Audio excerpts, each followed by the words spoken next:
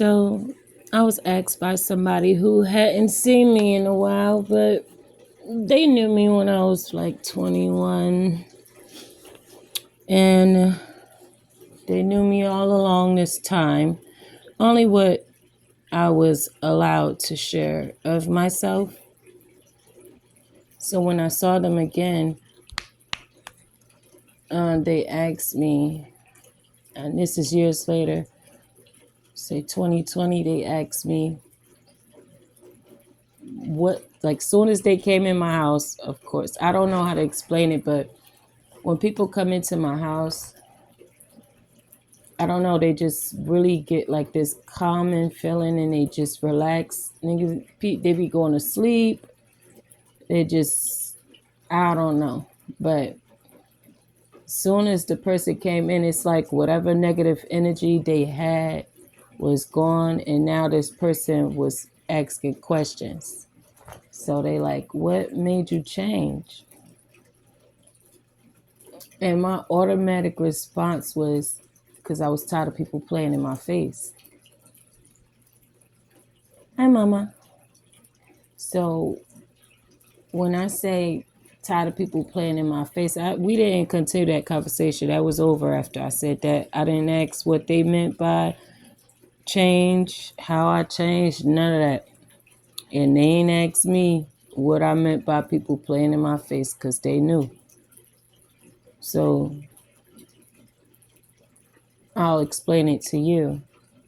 Imagine you sitting Indian style outside in the grass, enjoying the sun, enjoying the birds, enjoying a meal, and somebody who has been walking around in mud in a backyard full of dogs that shit everywhere, so it's like mud and shit mixed together, and they come walk over to you and try to step where you're eating, trying to talk to you, dancing around, trying to put on a show that you did not ask for. And on top of it, they have mud and shit on their boots while you're trying to eat, while you're trying to enjoy Mother Earth and all that nature has to share with us. That is what I mean. I got tired of me being in my peaceful, chill energy, enjoying life energy, growing energy. And then people want to come and put on a show in front of me, a show I did not ask for. I like the natural flow of life. I like that show. I like to all of a sudden choose to sit in my swing outside in my front yard and look at the woodpeckers and the blue jays and the cardinals and the pine trees in front of me. Yes, I like to do that. I like to see the sun go from my backyard to the front area. I like to watch that transition. I like to see the moon. I like to see the stars. I like to do that. And I don't need people with their dogs pooping in my yard, peeing in my rose bush. I don't need that. And so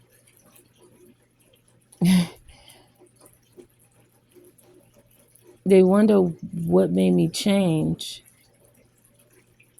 Well, I was already changing the whole time right before their eyes. The only difference is I decided that certain people have reached the point of breaching the contract.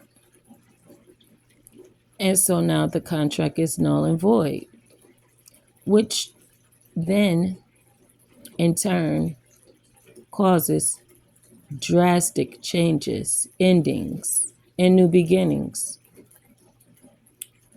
New beginnings for me are always beautiful. But those people who get cut off and contracts ripped up, their new beginning is actually them going back to the beginning of all the fucked up shit they did and having to really face themselves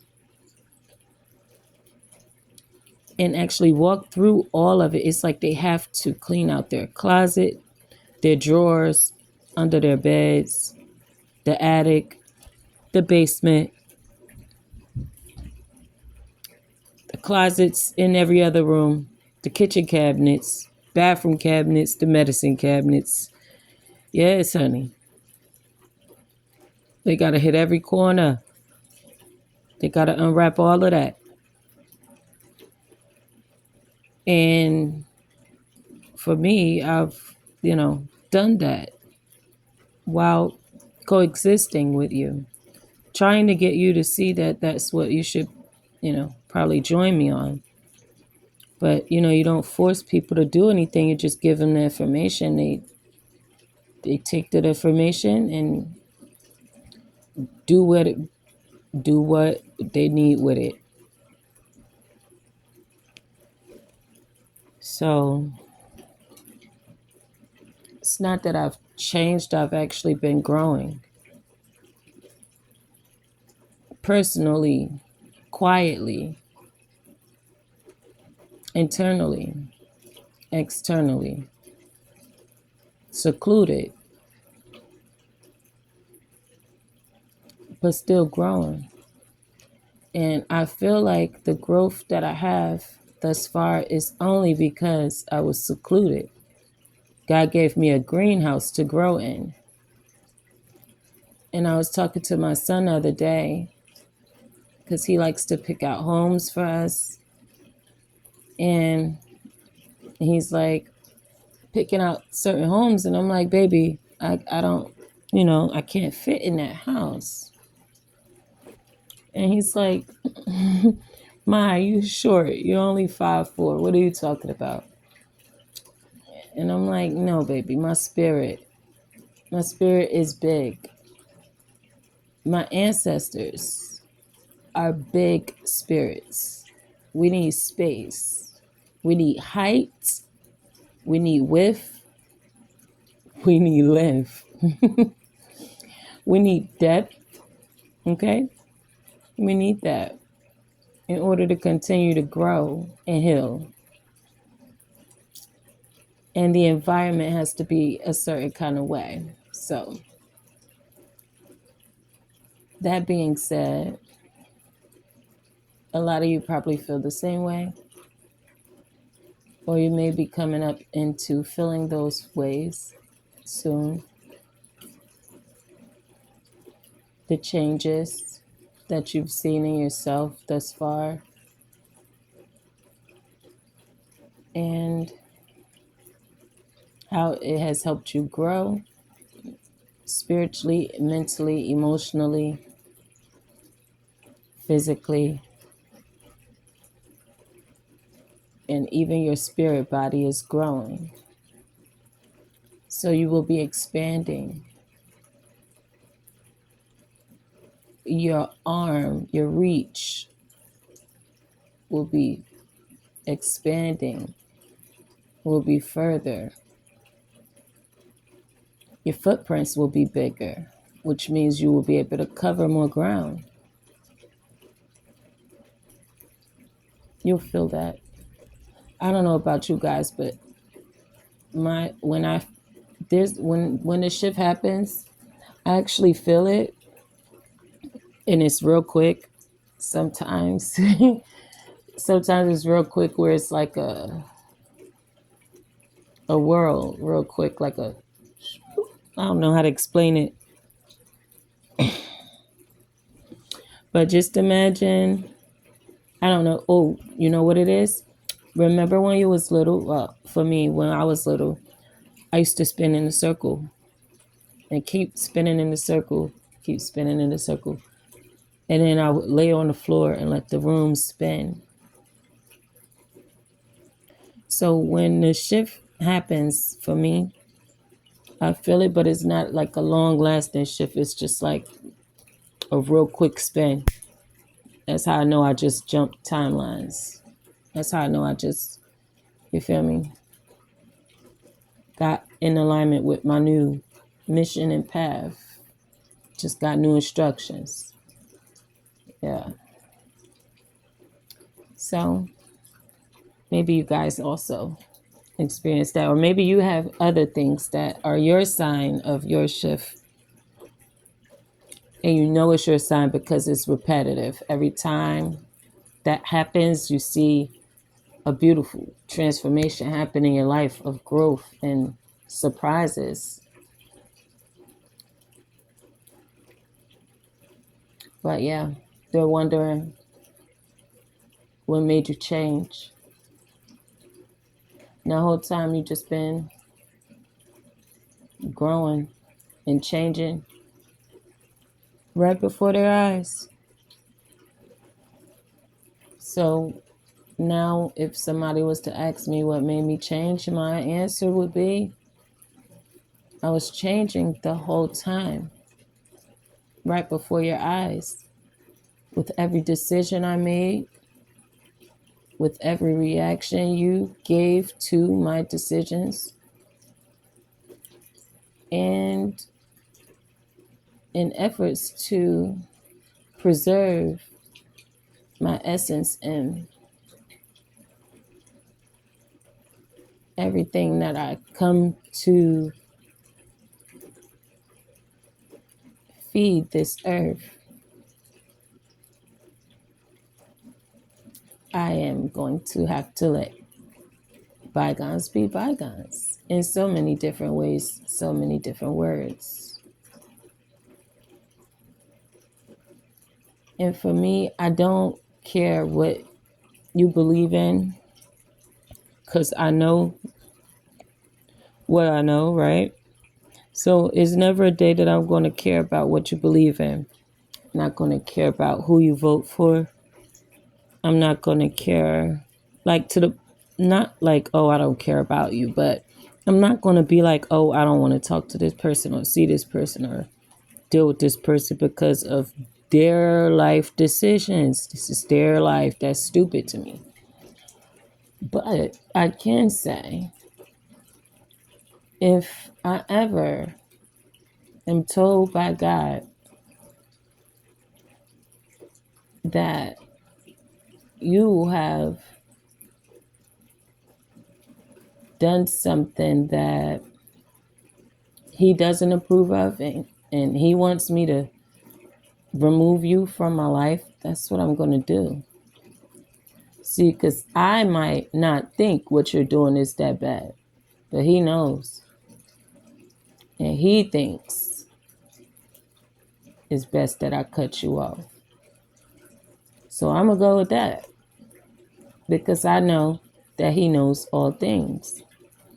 And I know that as his child, I will never understand everything that he knows, just like I couldn't expect my children to know everything that I know and actually comprehend it to where I comprehend it. I can only help them comprehend it to their level and a few levels above, only by continuously letting them know, by continuously teaching them. And that's how I always raise my children. I don't care how old they are when they first come out, whatever the state, the country say this child should know at this age, my child is going to know that 2 to 3 years before they're supposed to know it. Because I know they can. Because I know they're capable. And so if that's how I move with my children, how do you think God moved with me? It was just natural for me. I did not plan that.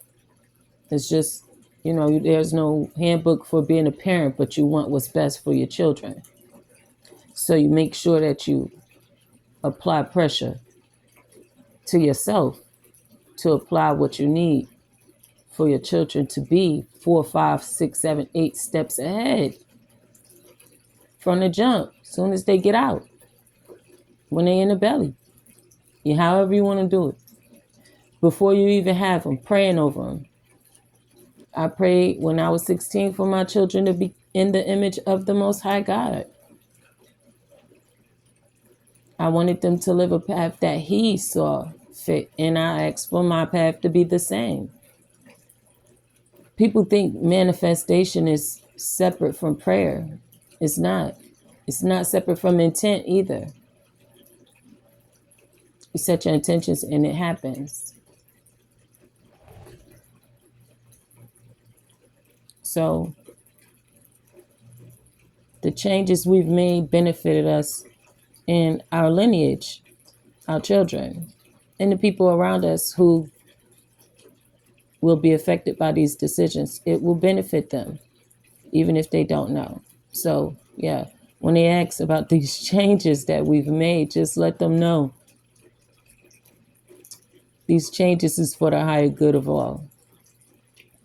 That's why I changed, because it was for the highest good of all. It was not about me. It was about me growing, right? But it wasn't about me taking offense. So that's why it's okay for me to have patience and explain things to people when they don't have knowledge of something. They should just accept that. If you don't understand someone, just accept that and try to understand them, because it's not about you. Whatever God is doing in each individual person's life is for the highest good of all. And the jealousy and the opinions that you try to put forth as truth, it doesn't count. It counts against you. It counts against your growth. Don't stunt your own growth. Trying to stunt somebody else's. That will never work out for you. A lot of these people who are asking about our changes, they might need to pick up some changes themselves.